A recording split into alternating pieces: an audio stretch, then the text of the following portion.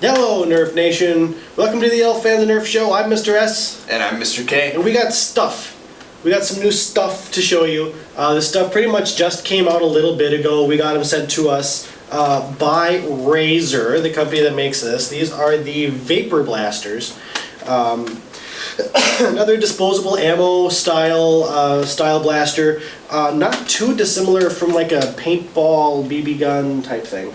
Yeah, I would say they probably shoot a little bit differently. Somewhere in between what Nerf does and what maybe Airsoft does, yeah. something like that. It's interesting. We've talked a little bit about disposable ammo blasters in the past. We had an opportunity to speak with the people from Razer and get these and try them out and tell you a little bit about them. They're not terrible. They're not terrible. No, really, I mean, the one gripe that we have with these kind of blasters is that you have to go and buy the ammo again.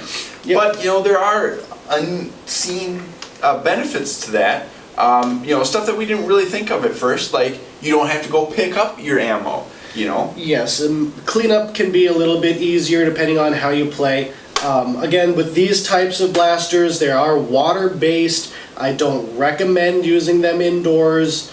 They just can be messy, and they do have a little bit of heft to them, so they could possibly break stuff. They could break probably a lighter glass or something like that. I can see taking out a light bulb, baby.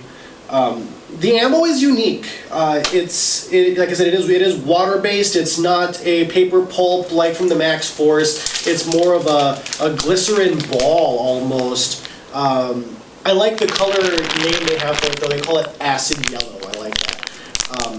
It comes with a little bit of water or whatever inside of it. They don't smell that great, and it gets on your hands and doesn't come off very well. Wash your hands after you handle these because they taste bad. Yeah, the residue gets on your fingers, and if you're eating finger food afterwards or whatever, it doesn't taste very good. But as far as the ammo itself, it's interesting. It's cool. If you let it dry out, it's not, oh crap, I just wasted this, I'm going to throw it away now. You can rehydrate it, which is cool. If you do overhydrate them, they will burst and they'll be unusable. But well, it's not really burst. It's just they kind of dissolve. I've never done it, so I don't really know. They're not really filled. They're not filled with water or anything. It's kind of like a ball of jelly, almost. Yeah. It's a little firmer. When it hits a lot of things, you know, from a decent distance, it's just gonna go. They shatter. Shatter. It's pretty cool. But they are biodegradable or whatever, so you don't have to worry about the mess that they leave afterwards. I've had them, residue from them trampled into my house, and that doesn't hurt carpeting or anything like that. The range on them is Yeah, kind of just boom. It's kind of hit or miss. If the spheres are perfectly shaped, they'll fly a little bit better, probably because they make a better seal. They do have a habit, especially with this one, of exploding when they leave the barrel. Not so much. Sometimes you get a partial ball or two balls, and they wind up just going and just scattershot. Yep. So what we have here basically is we have the Delta 500, and we're still trying to figure out the numbering conventions because I'm not sure if this thing will hold a full 500 rounds, but I believe it came with 500 rounds. So I think the numbering system on here could be the number of rounds that it comes with in the packaging, rather than, we don't really know. The other one we got is the Atlas 250, and it's a pretty nice pistol.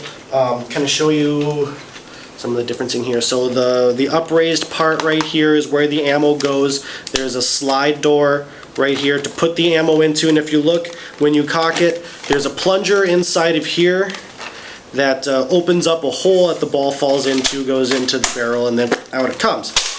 There's on this one, see if you can see it, there's a double door on the inside that opens up to release the ball, and on this one, oh, it is the same thing. I thought it was a shutter door on. No, it's pretty much the same thing. Okay. Both. All right, so the same kind of dooring mechanisms on both. Same kind of slide. It's up here on the 500 and right here on these.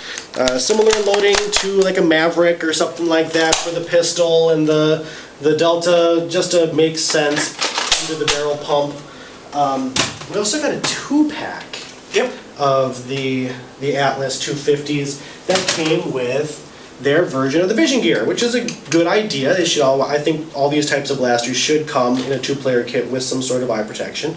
They're unique in that they're the first branded, we'll say, vision gear type stuff that I've seen that is actually adjustable. Just on the bows, on both of the bows, you can pull them out and push them in. They do have stoppers, so the bows shouldn't dislodge themselves very easily. And they're kind of just a simple, all-in-one kind of design. Not too dissimilar from regular old safety glasses if you go to a hardware store and buy some. It very well might be just repackaged safety glasses. I wouldn't put it past them, and if it works, you know, whatever. Yeah, so they're pretty nice. They have somewhat a tactical rail on both of them. On the bottom of the Atlas and on the top of the Delta. Yep. They're a little bit they're a little different from the Nerf tactical rail, so they don't quite work with Nerf branded stuff.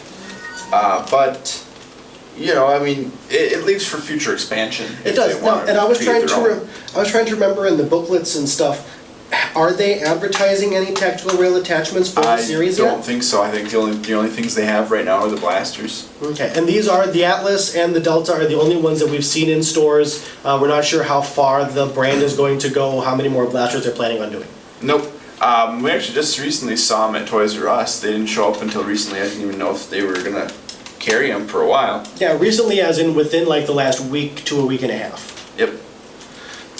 But all in all, they're not too dissatisfying. They're actually kind of fun to go outside and pot shot around with, fun to hit trees and things of that nature. Yeah, you can shoot other people without worrying about it. It doesn't hurt at all. No, it doesn't stain, it doesn't leave. It leaves like a little wet.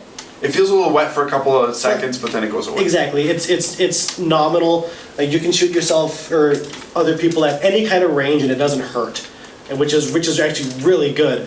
With the Max Force Spitwad shooters, they actually stung a little bit when you got hit with them. This is, you know, like nothing. Yeah.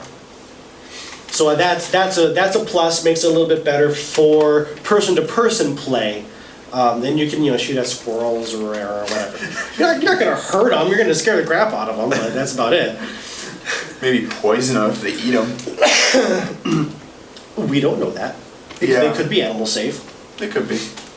But it's interesting to see something like this come out of a company like Razer, who's not known for this type of play toy.